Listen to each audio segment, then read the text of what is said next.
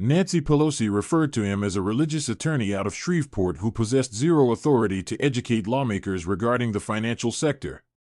She delivered this remark bearing a grin, the specific type of smile that has dismantled political professions, initiated federal inquiries, and generated $400 million in campaign contributions throughout 3.5 decades, projecting to the chamber that she had already achieved victory and was merely deciding how to display magnanimity.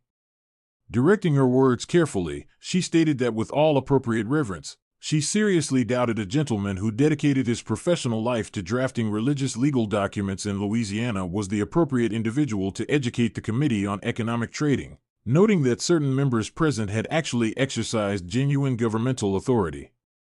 The viewing audience issued a collective murmur, the journalism section jotted down observations, and her deputy chief of staff Marcus, positioned directly behind her, permitted himself a subtle sigh of contentment, exhibiting the relief of an aide who had observed the earlier practice session and felt deeply satisfied that the actual execution struck every intended rhythm perfectly. Mike Johnson offered absolutely no verbal reply, declined to glance toward his detractor, refrained from tweaking his audio equipment, completely avoided shifting in his seat, and skipped all those minor physical adjustments a human naturally employs when they have been openly belittled and must figure out how to regain their composure. He simply rested his palm atop a substantial folder, a massive volume organized with those vivid plastic separators educators purchase at supply stores right before the fall semester begins, specifically the varieties sold in 8-piece sets that stubbornly refuse to sit perfectly level. This constituted the organizational tool of a professional who had previously evaluated student essays across a dining room surface and had never entirely abandoned that humble workstation, regardless of how significantly his subsequent path had distanced him from those origins. Addressing the prominent leader, he expressed gratitude for the opening remarks, validating her assertion that his beginnings were indeed rooted in religious institutions rather than corporate finance, adding that prior to his legal pursuits he spent several years working as an educator, which taught him that the optimal method for verifying if an individual truly absorbed a lesson is never by analyzing their subsequent rhetoric, but by examining their behavior during moments they believed. Nobody was keeping score. He flipped open the cover to the initial section, announcing that he had been evaluating the coursework, before reciting a solitary record dated the 17th of June in the year 2021. Detailing a massive acquisition of NVIDIA call contracts valued between $1 and $5 million secured by the leader's spouse exactly 16 days before a $52 billion semiconductor subsidy advanced to the upper legislative chamber. The attorney raised his gaze while maintaining the exact same vocal cadence, projecting the enduring restraint of an instructor handing back an assessment covered in crimson ink, calmly explaining that during his academic tenure, if a pupil submitted an evaluation mirroring their neighbor's exact responses, he would not immediately label the infraction as academic dishonesty upon the initial occurrence, but would rather classify the situation as a mere anomaly. He firmly pressed his palm flat against the massive document, emphasizing the sheer thickness of a file bursting with numerous numerically sequenced sections, directly declaring that his assembled portfolio contained precisely 47 of these incredible anomalies. The seasoned politician's facial features remained entirely static, which served as the ultimate giveaway within an environment completely packed with individuals whose expressions had just undergone microscopic shifts and uncontrollable adjustments, representing the quiet calculation of countless human muscles digesting unexpected shock, yet her visage refused to flinch. It maintained the total serenity of a seasoned veteran who had dedicated over 3 decades navigating high-stakes environments where broadcasting absolute emotional neutrality remained the singular defensive tactic that had perpetually guaranteed her survival. However, that strategy was currently collapsing, not because her exterior shattered, but precisely because it held perfectly firm, as the unyielding structural rigidity of her countenance became the exact element the entire audience fixated upon. Since an expression that intensely controlled reveals a mind acutely aware, it requires massive containment. Her deputy, positioned in the background, activated his cellular device, darkened the display, and illuminated it once more, repeatedly staring at a completely blank screen while frantically seeking any digital distraction. The speaker turned the heavy page to begin the first segment, asserting that prior to diving deep into the compiled materials, he needed to guarantee every single person in the chamber was operating from identical foundational knowledge, clarifying that the framework they were preparing to analyze was not overly complex but was actually incredibly straightforward,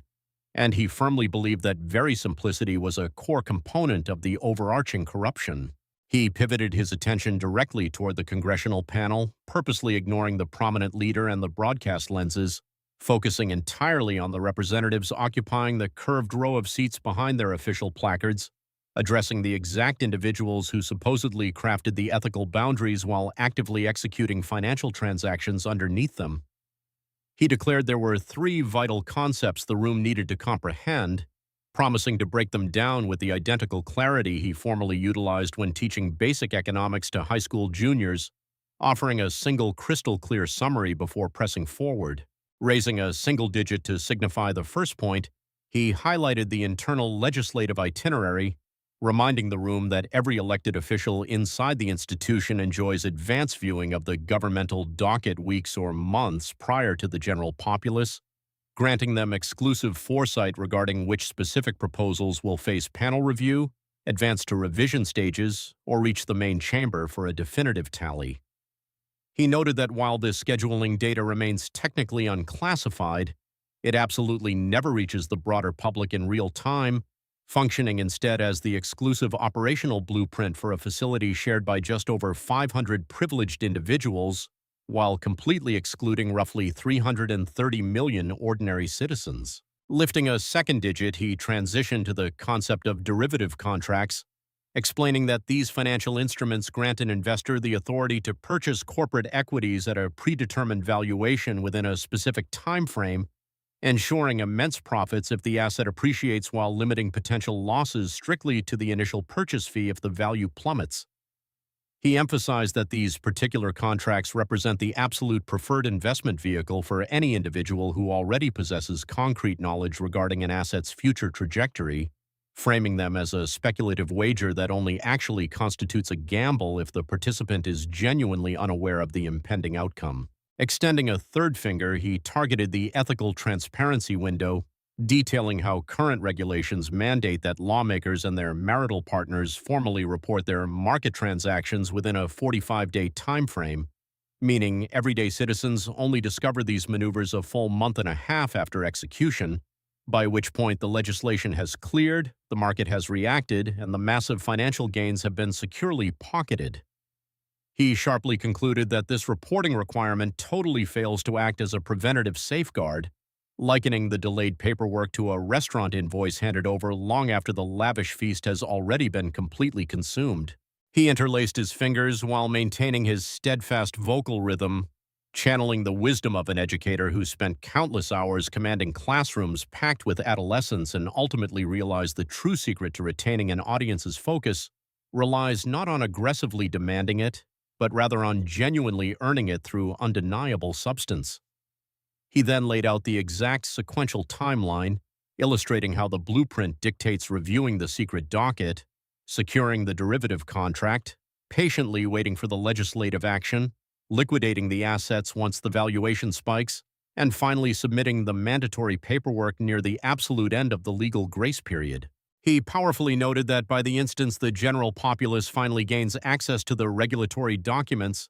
the metaphorical academic term has permanently concluded and the final evaluations have already been permanently recorded into the official ledger.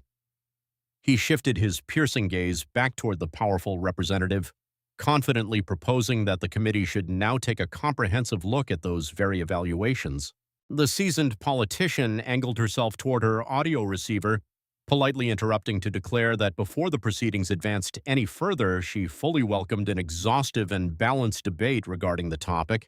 but felt compelled to formally cement into the official transcript that elected officials from both major political factions actively participate in market speculation.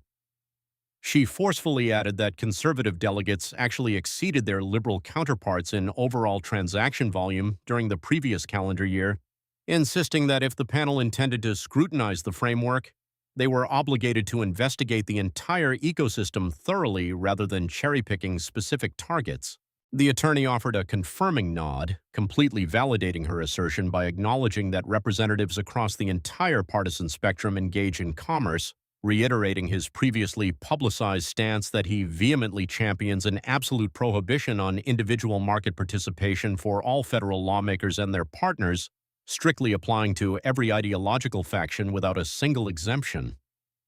He briefly halted his speech, executing a calculated hesitation that completely avoided theatricality, mirroring the exact silence of an instructor who just validated a pupil's legitimate argument right before thoroughly demonstrating why that specific point fails to alter the fundamental requirements of the impending examination. He then pivoted by reminding the chamber that this specific inquiry was officially branded as a mission to rebuild societal confidence, a designation personally selected by his opponent, while observing that civic faith never originates from individuals already viewed with deep suspicion, but rather must be established by the exact figures who vocally demand public loyalty the most aggressively. He pointed out that the prominent leader had aggressively campaigned for the nation's faith with greater volume, higher frequency, and across more decades than any currently breathing official within the institution, clarifying that he initiated his inquiry with her records purely out of undeniable logic rather than ideological bias. The veteran politician's defensive maneuver was fundamentally sound, yet the lawyer absorbed the entire blow, concurred with her premise, magnified its importance, championed the underlying ethic, and immediately weaponized the committee's chosen moniker to illustrate why that exact standard boomeranged straight back to the official who originally coined the phrase. She had essentially offered him a protective barrier, which he courteously rejected and smoothly returned to her possession, ensuring the seasoned tactician would absolutely never commit that specific strategic blunder a second time. Her panicked aide frantically drafted a solitary noun in a digital message addressed to his boss's private legal counsel, explicitly typing the term regarding the physical folder and supplying zero additional context, knowing full well that singular piece of vocabulary communicated the entire catastrophic reality. Moving into the second phase, the witness expressed his desire to share the story of a citizen named Linda Nakamura, maintaining his unwavering vocal pitch, which sharply distinguished him from previous testifiers in similar environments who routinely shared working-class anecdotes by artificially lowering their tone or desperately grasping for a theatrical solemnity. His vocal delivery already resided exactly where the situation demanded, as he commenced the session with the steady momentum of an academic evaluating exams and rigidly maintained that pace, understanding that raw data never requires emotional embellishment but solely demands brutal precision. He detailed that this 59-year-old educator instructs financial courses at Lincoln High School, right inside the leader's home jurisdiction, having devoted 31 exhaustive years to early morning lectures, curriculum development, guardian consultations, and weekend advanced placement tutoring, all while earning an annual salary of merely $78,000. He directed his focus straight into the broadcast lens, noting that her compensation might appear relatively adequate until one considers she resides within San Francisco, an incredibly expensive metropolitan zone boasting a median property valuation sitting at $1.3 million. This veteran teacher possesses absolutely no real estate, leases a single-room dwelling, and manages a standard academic pension portfolio channeled into a broad market index, which currently holds an approximate valuation of $340,000 following more than 3 decades of consistent financial deposits. The speaker flipped open his massive file, located a specific marker near the final pages, and recited that the educator's conservative portfolio generated an 11% return during the previous cycle, a solid performance that thrilled her enough to excitedly telephone her child and joke that she might actually exit the workforce prior to her 70th birthday. He systematically advanced to the following sheet, exposing that during that exact identical time frame, the prominent leader's spouse watched his personal market holdings skyrocket by roughly 65%, as he capitalized on isolated corporate equities perfectly timed right before massive legislative shifts impacted those very businesses, ultimately securing returns 6 times greater than a lifelong educator relying on standard economic growth. He secured the section and shifted back to the initial pages, highlighting that while both the teacher and the political spouse operated within the exact same financial ecosystem during an identical calendar year, The vast discrepancy between an 11% gain and a 65% windfall resulted entirely from positional advantage, specifically which elevated share an individual occupies, the exclusive intelligence visible from that towering vantage point, and the aggressive acquisitions executed long before the lower tiers ever realize what economic shifts are approaching. He briefly halted, gently brushing the file's surface, and recounted how a teenage pupil named Kevin approached the educator a couple of years prior, innocently questioning if lawmakers exploiting exclusive legislative foresight to purchase advantageous equities basically amounted to illegal corporate espionage wrapped in additional bureaucratic layers. He revealed the instructor confessed to him that she froze before her pupils, realizing that despite her 3 decades of experience, her distinguished awards, and her advanced curriculum mastery,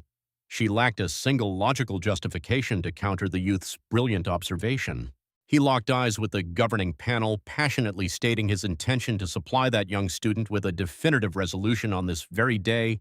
politely requesting the chamber's indulgence to systematically present the damning evidence enclosed within his folder to formulate the exact truth his desperate teacher was unable to articulate. Transitioning into the third segment, the attorney turned directly to the first marker without providing any dramatic introductory framing, simply reading a factual entry detailing that on the 21st of January in 2021, the political spouse secured massive derivative contracts tied to the technology giant Alphabet, valued somewhere between $500,000 and a full $1 million. He noted that during this precise window, the Legislative Judiciary Panel, where the prominent representative wielded significant authority, was actively constructing aggressive monopoly inquiries explicitly aimed at that specific technology conglomerate, proceedings universally anticipated to severely escalate governmental scrutiny and heavily damage corporate valuations. He clearly explained that securing these specific financial instruments represents an aggressive gamble that an asset will soar, meaning a massive wager placed on this corporation right amidst a severe federal monopoly probe functions as an absolute guarantee that the impending congressional inquiry will spectacularly fail to produce any damaging consequences. He sharply flipped to the next document, flatly confirming that the highly publicized legislative probe indeed concluded without generating a single shred of impactful corporate regulation. Moving to the second section, he detailed an entry from the 19th of March in 2021, where the leader's husband aggressively acquired 15,000 individual pieces of equity in the Visa Corporation at roughly $150 each, constructing a massive position worth nearly $2.25 million. He highlighted that during this exact moment, aggressive statutory proposals designed to strictly limit the massive transaction tariffs this specific financial corporation extracts from retailers were actively languishing before the Congressional Banking Panel. He outlined the stark reality that if this regulatory measure successfully advanced, the corporation's lucrative profit engine would face severe degradation, whereas if the bill magically stalled out, the company's financial dominance would remain completely untouched. Executing another swift page turn, he confirmed the aggressive reform package mysteriously died in committee, ensuring the corporate valuation remained rock solid while the political spouse's massive investment generated extraordinary wealth. Accessing the third divider, he recited the June 17th transaction where the spouse activated highly leveraged contracts tied to NVIDIA worth millions of dollars, occurring exactly 16 days before massive domestic semiconductor subsidies successfully cleared crucial legislative hurdles. He acknowledged bringing up this specific transaction previously, but insisted on repeating the details strictly to emphasize the incredibly risky nature of the chosen derivative instruments, which are the exact speculative tools elite investors deploy exclusively when they possess absolute certainty regarding market trajectories and desire maximum financial amplification. He shut the third section, flattened his palm across the massive volume, and stared down the panel, announcing he held 44 additional examples that he refused to vocalize, not out of insignificance, but purely because every single entry painted the exact identical picture featuring varied calendar days, diverse corporate equities, and different statutory proposals, all showcasing the undeniable trend where the massive financial acquisition magically precedes the market-moving governmental maneuver every single instance. He bluntly summarized that his compiled dossier contained exactly 47 distinct records, representing 47 individual occurrences where incredible wealth was aggressively positioned right before a definitive legislative mandate materialized. The witness then retrieved an isolated document resting just outside the primary file, revealing a densely packed single-space spreadsheet featuring an alarming side-by-side comparison, aligning the specific financial transaction dates perfectly against the corresponding governmental maneuvers. He positioned the damning parchment flat on the surface and deliberately angled it toward the closest broadcast lens, declaring his intention to simply abandon the paper in plain view without reciting its contents, since the undeniable chronology served as the entire devastating argument. He openly challenged the seasoned representative to logically justify any singular transaction listed on the sheet, or defend even one isolated anomaly, pausing his presentation to offer her the floor. The politician completely declined to address a single specific item, opting instead to grasp her beverage container, elevate it toward her face, and gently return it to the desk without consuming a drop, executing the classic physical diversion of an individual whose extremities desperately require distraction, while their throat requires zero hydration.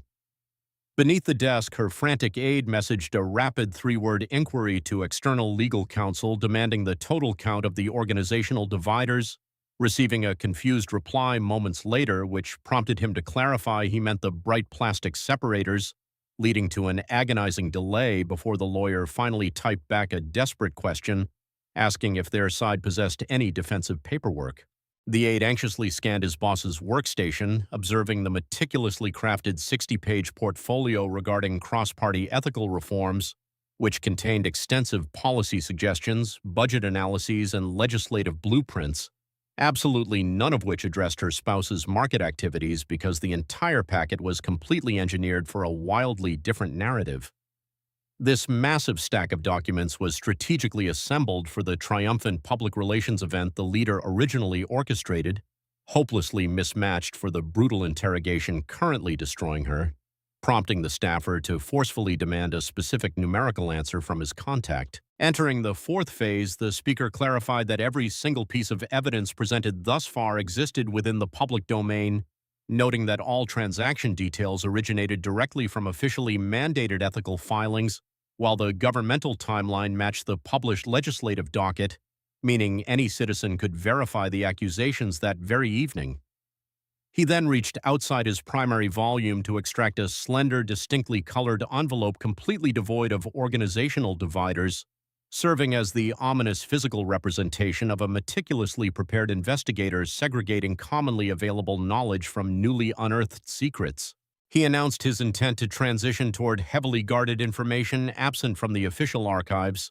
opening the envelope while recalling the representative's repeated public insistence that she strictly embargoes governmental strategy from her marital conversations, specifically quoting a media briefing where she swore she never details legislative affairs with a spouse who allegedly executes completely independent financial choices. He claimed he possessed zero initial justification to doubt her solemn declaration, stating he merely wished to comprehend the mechanical realities of the process, assuming her absolute innocence, right before dropping a fresh piece of evidence onto the desk. He identified the paper as a classified logistical memorandum originating straight from her executive suite in the spring of 2021, transmitted between senior aides and explicitly titled as an impending forecast merging congressional duties with private engagements. He explained the file contained the completely standard administrative summary detailing advancing proposals, upcoming committee interrogations, and projected floor tallies, characterizing it as a mundane bureaucratic necessity generated by every single prominent political operation. He highlighted a specific sentence situated near the footer designated as logistical observations, which explicitly confirmed massive technology subsidies were accelerating while monopoly inquiries were stalling, immediately followed by an incredibly suspicious notation confirming a private evening meal with her spouse, alongside a bizarre directive flagging the encounter based on permanent standing orders. He released the paper, acknowledging the text never explicitly demanded anyone illegally tip off her husband regarding the semiconductor legislation, but rather mandated a procedural flag, leading him to pose an incredibly sincere inquiry, asking exactly why government employees were formally ordered to synchronize highly classified economic maneuvers with a politician's romantic dinner schedule, demanding to know exactly what was being highlighted and who the ultimate recipient of that intelligence truly was. He immediately brandished another sheet, describing it as an exclusive communication dispatch from an elite wealth management group directly to her husband merely 3 weeks prior to his massive credit card industry acquisition, explicitly outlining second-quarter portfolio strategies. He emphasized a strongly illuminated sentence within the brief that aggressively advised expanding investments within dominant transactional networks due to the swirling governmental atmosphere regarding digital finance, urgently urging the client to finalize these massive purchases before the legislative panel reconvened following their scheduled vacation. The attorney raised his head, zoning in on the specific terminology referencing the resumption of panel operations following a legislative break, identifying this exact phrasing as specialized governmental jargon directly correlating to the official parliamentary vacation calendar. He pointed out that this highly specific logistical blueprint remains entirely absent from standard commercial trading platforms, existing strictly within esoteric political broadcasts and the highly secured digital planners maintained exclusively by the handful of elected officials and their trusted personnel. He forcefully declared that any wealth manager casually deploying this specialized jargon inside a confidential market forecast is undeniably utilizing an exclusive itinerary hidden from the general public, subsequently positioning this damning financial brief directly parallel to the internal political calendar. He repeated the veteran politician's claim regarding her strict marital silence on professional matters, sarcastically accepting her premise while pointing out that an unknown operative was clearly digesting the classified docket and directly converting it into massive economic windfalls, proving someone possessed unfettered access to both realms despite her aggressive insistence on absolute separation. He exposed a third piece of evidence revealing the powerful couple utilized the exact same economic consultant, a professional who directed the massive private fortune while simultaneously monitoring the leader's highly publicized daily itinerary featuring critical panel debates, final chamber decisions, and impending vacation periods. He noted this specific wealth manager held proper federal credentials, yet faced absolutely zero legal obligation to publicly identify which of his elite patrons wielded governmental authority, emphasizing the terrifying lack of any structural mandate forcing market consultants to handle political spouses with enhanced ethical scrutiny. He secured the slender file and rested it atop the massive volume, delivering the crushing conclusion that the supposed ethical barrier dividing her civic duties from her family's skyrocketing wealth was never truly a solid structure, but rather a transparent pane of glass featuring a completely drawn backdrape that had remained wide open for decades. The embattled leader gravitated toward her audio equipment, maintaining a vocal delivery that was immaculately and terrifyingly consistent, projecting the exact structural resilience of a critical support pillar. Absorbing vastly more pressure than its architectural limits dictate without yet showing a single fracture, she formally requested the official transcript reflect her assertion that the entire narrative being spun was purely hypothetical, aggressively noting that zero federal oversight agencies had ever produced a single shred of criminal evidence against her family, while condemning the attempt to blend standard logistical updates with illegal corporate espionage as a severe distortion of basic economic reality. The attorney countered without ever lifting his gaze, seamlessly validating her claim regarding the utter lack of formal federal condemnations, while brutally reminding the room that this pristine record existed entirely because those exact oversight agencies had actively refused to ever launch a preliminary inquiry. He sharply declared there remains a massive chasm separating a legitimate exoneration from a complete lack of scrutiny,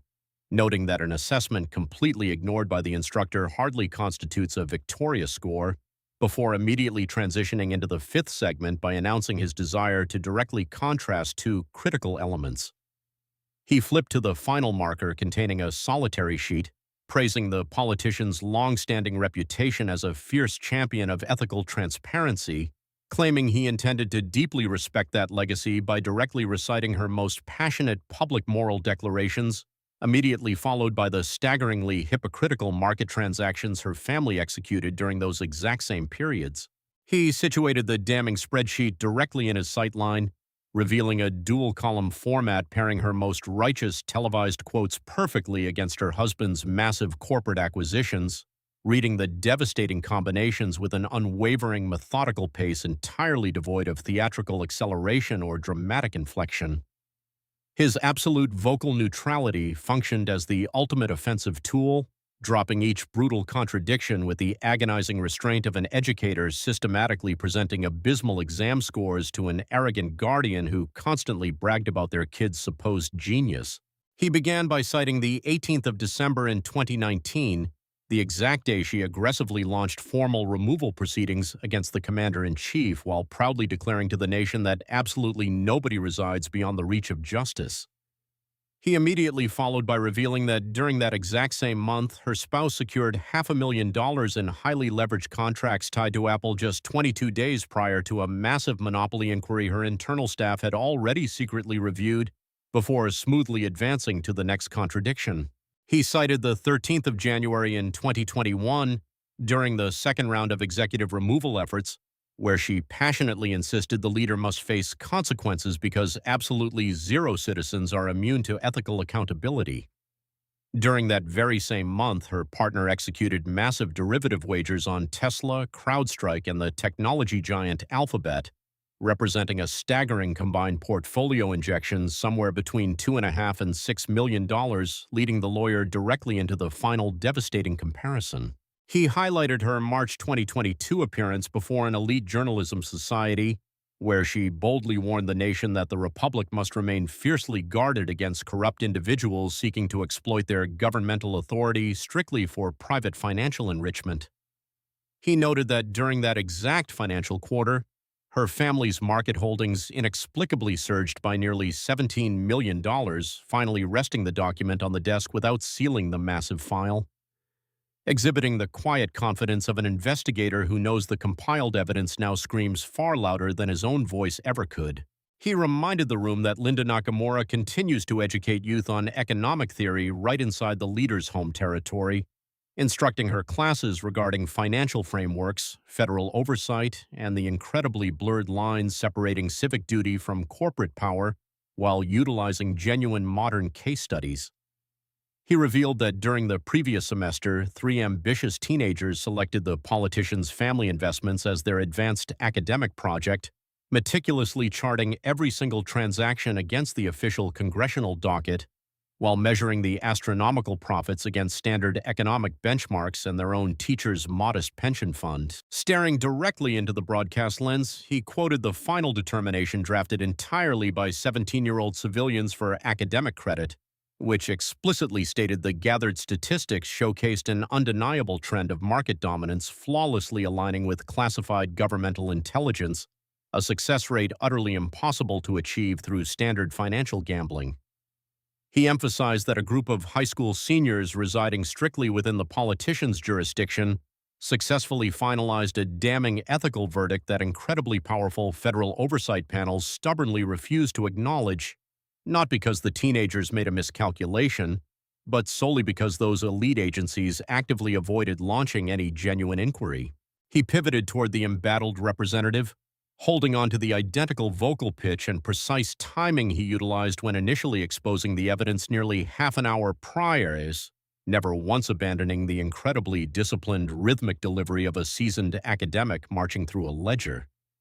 He directly challenged the powerful official regarding her previous declarations demanding universal accountability, insisting he genuinely trusted her sincerity during those righteous speeches while firmly demanding she apply that exact same unwavering moral standard to the massive pile of corrupt evidence sitting right between them. The veteran politician grabbed her audio device, instantly activating 3.5 decades worth of legislative survival instincts, bureaucratic deflections, and masterful conversational pivots designed to completely derail hostile interrogations.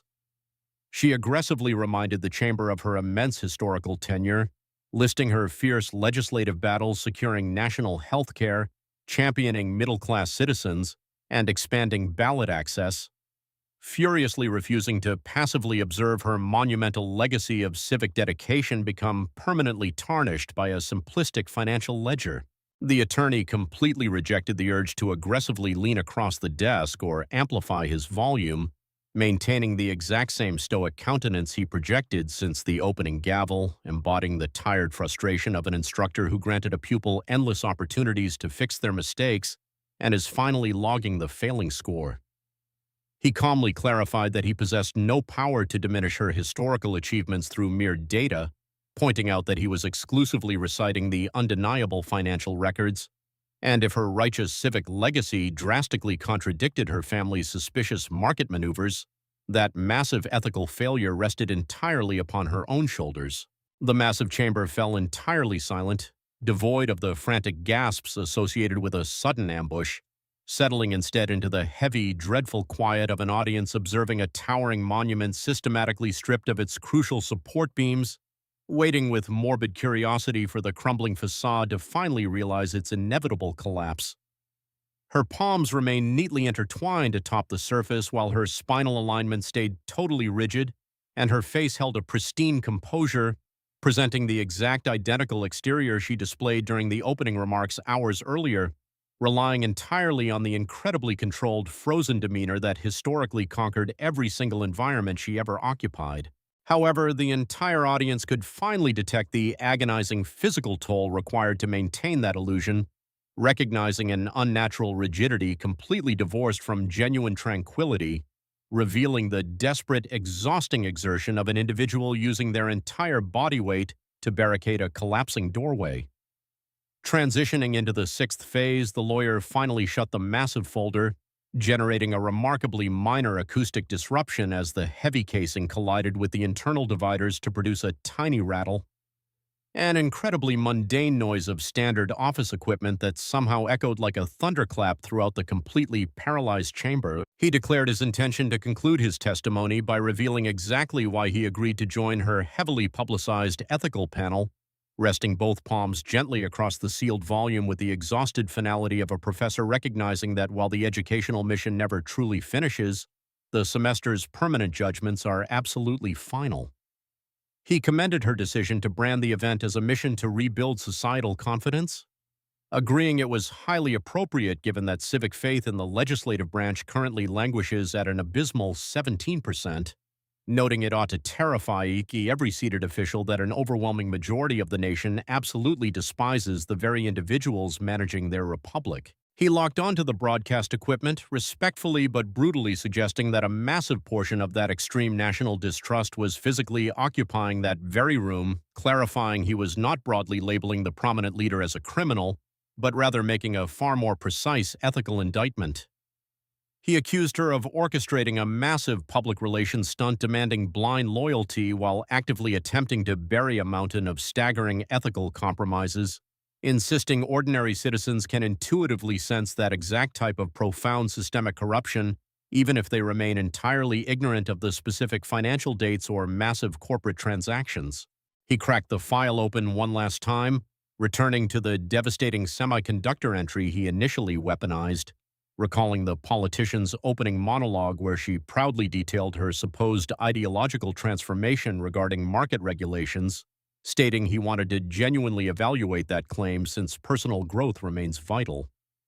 He brandished a concluding document showcasing a chronological timeline of her supposed shifting beliefs, beginning in 2011 when she arrogantly informed the press that federal lawmakers maintain an absolute fundamental right to exploit the domestic financial sectors. He noted her spouse was aggressively speculating during that exact era while zero public momentum existed for a prohibition, yet when an explosive television broadcast triggered immense societal fury the following year, she miraculously transformed into a fierce champion for ethical reform legislation until the bill successfully became law.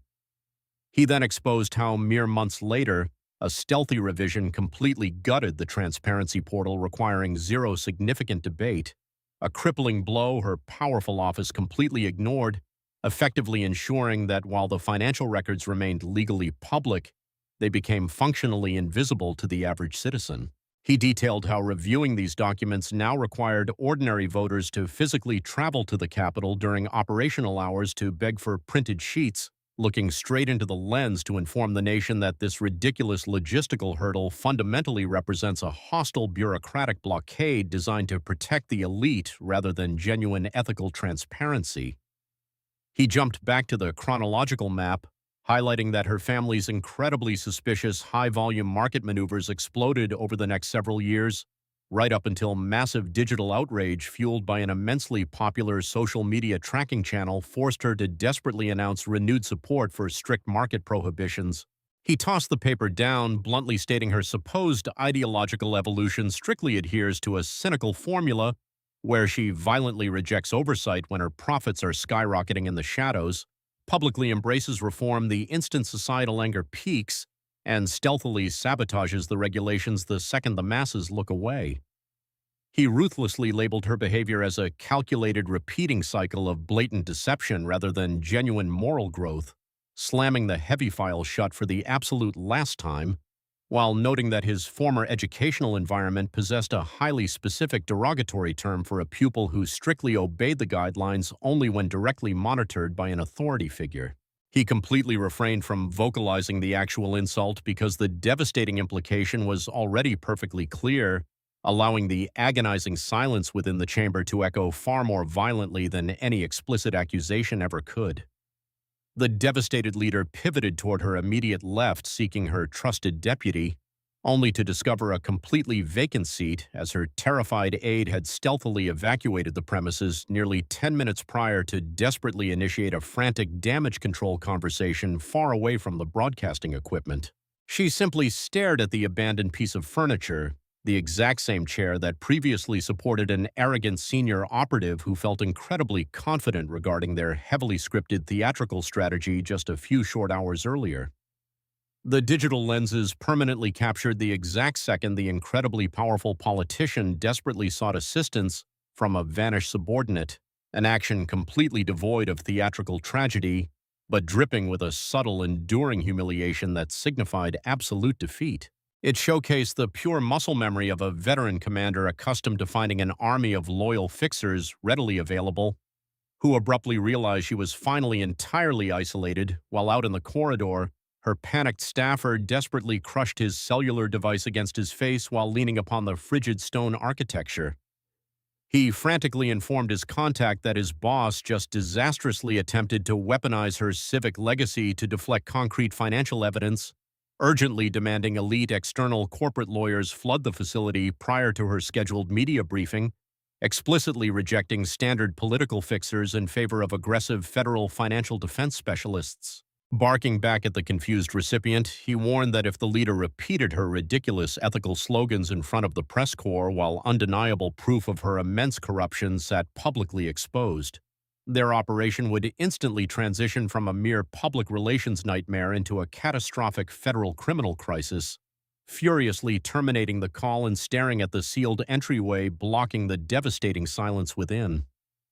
Back inside the primary chamber, the panel director lightly struck his wooden mallet with a strangely delicate touch, signaling the actions of a defeated official deeply aware the actual interrogation had functionally concluded long before he bothered to officially terminate the utterly disastrous gathering. The massive space slowly evacuated in that highly specific, sluggish manner typical of environments completely packed with terrified operatives, burdened by catastrophic information they must somehow urgently justify to their superiors, despite completely lacking a coherent defensive narrative, resulting in hushed, nervous huddles desperately attempting to synchronize their inevitable lies. The shattered politician completely avoided the primary departure route, opting instead to navigate a concealed administrative passageway alongside her legal counsel,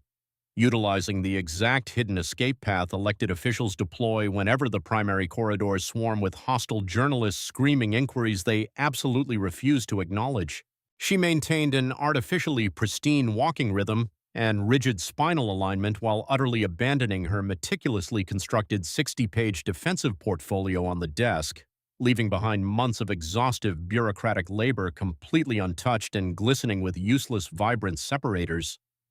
That abandoned stack represented the costliest collection of entirely useless documents within the entire Capitol that afternoon, and roughly 2 days later, aggressive federal financial regulators successfully slapped a terrifying data retention mandate directly onto her family's elite wealth manager, permanently freezing the records of the exact operative possessing access to her classified itinerary. While a retention directive technically falls short of a formal criminal inquiry, it functions as the federal government's brutal warning against destroying evidence, and within the corporate legal realm, the incredibly short timeline separating that initial warning from a massive federal raid is frequently determined by the sheer intensity of the daily media coverage. The terrified wealth manager instantly secured extremely aggressive independent defense attorneys that exact same afternoon, and just days later, a massive legislative push aimed at drastically shrinking the ethical reporting window to a mere 48 hours while forcing total financial divestment rapidly gained incredible momentum across the legislative branch. This aggressive reform package secured 14 immediate bipartisan endorsements upon arrival, yet the veteran leader's signature was notably absent, marking the first instance in roughly 10 years that a massive ethical overhaul advanced without the explicit backing of the exact politician who originally orchestrated the disastrous panel. Her glaring absence from the endorsement roster was absolutely no administrative error, but rather functioned as a brutal, unspoken condemnation delivered by her own peers, proving that within the cutthroat political arena, a deliberate exclusion frequently screams vastly louder than any formal vocal objection. A massive national financial publication quickly released a devastating exposé detailing the highly suspicious alliance between the powerful family and their wealth consultant, explicitly revealing that this identical operative secretly managed the private fortunes of 3 additional federal lawmakers across the partisan divide.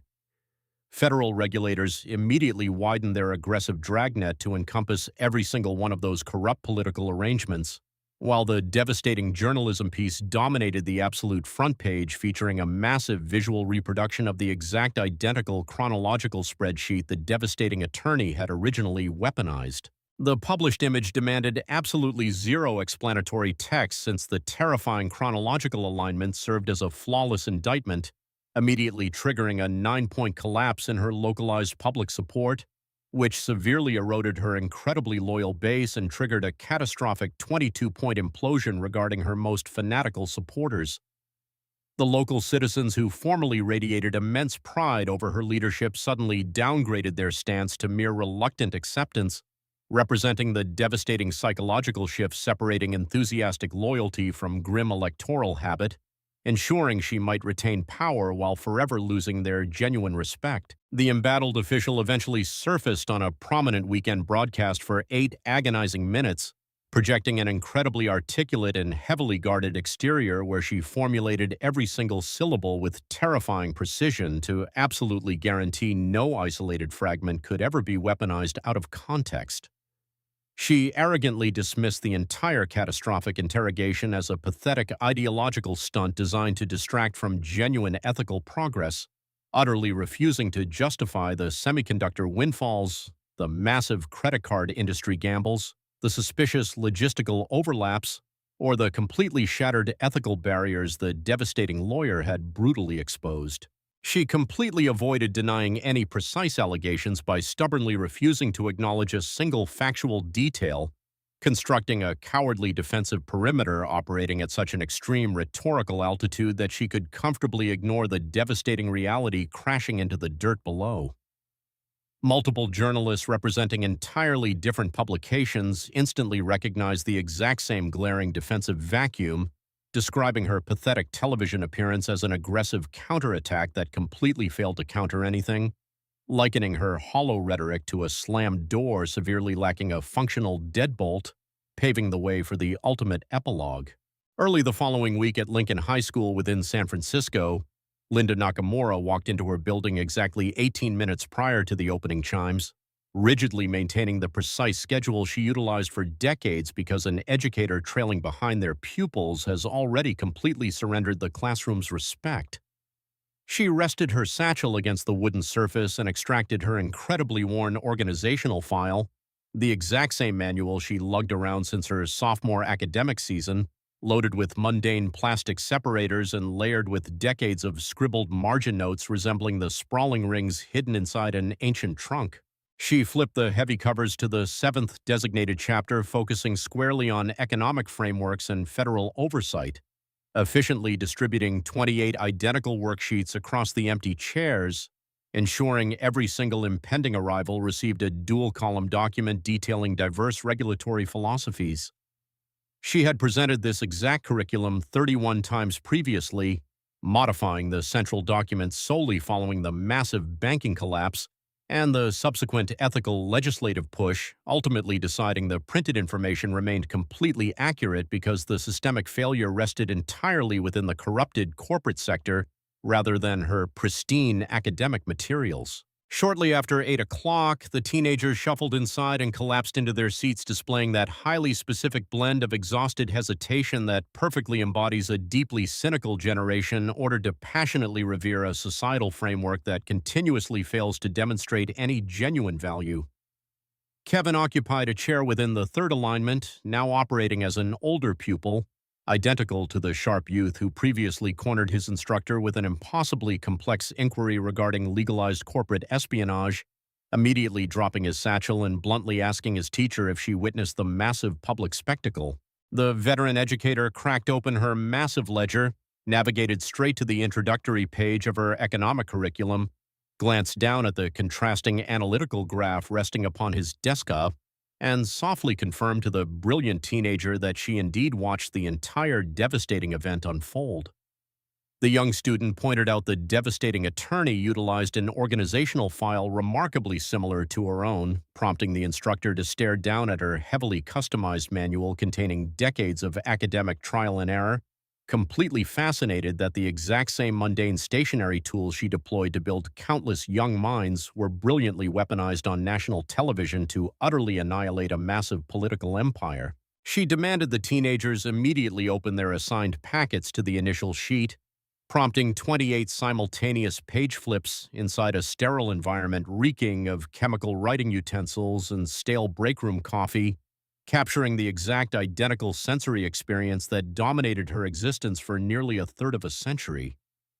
She stared deeply at the contrasting columns detailing financial oversight versus unchecked corporate liberty, focusing heavily on the chaotic void separating those two extremes where massive fortunes are stealthily secured, corrupt paperwork is quietly submitted, and undeniable evidence is meticulously compiled by brilliant outsiders seeking ultimate justice. She proceeded to deliver the exact identical lecture while privately acknowledging she still lacked an acceptable counter-argument for Kevin's original ethical dilemma, fully realizing the true justification was deliberately buried deep within an intentionally convoluted bureaucratic labyrinth engineered exclusively by elite politicians seeking to financially exploit the very citizens they supposedly represent. She instructed the class that governmental oversight remains absolutely mandatory because unchecked corporate engines naturally prioritize brutal efficiency over basic fairness, guaranteeing that massive financial systems completely devoid of strict boundaries will perpetually reward the corrupt individuals hoarding classified intelligence, before turning toward Kevin to request a practical illustration. Every single student kept their arms completely lowered, not out of total ignorance, but entirely because they unanimously recognized the exact same flawless modern example that completely defied standard academic literature, presenting a staggering ethical crisis. Their dedicated instructor would undoubtedly spend her 32nd academic season desperately attempting to logically resolve. The dismissal chimes were scheduled to echo in precisely 47 minutes, guaranteeing Linda would fiercely lecture while her pupils intently absorbed the information, as the bustling city outside marched forward with dense marine layers vast, violently obscuring the towering skyscrapers, where massive insider transactions were actively executed and ethical documents were deliberately delayed. That thick atmospheric blanket perfectly masked the absolute pinnacle of those massive corporate structures, while leaving the lower pedestrian avenues completely visible, allowing ordinary citizens to clearly observe the mundane foundational entryways while the incredibly elite summits remained forever shrouded in absolute impenetrable secrecy. It was always only the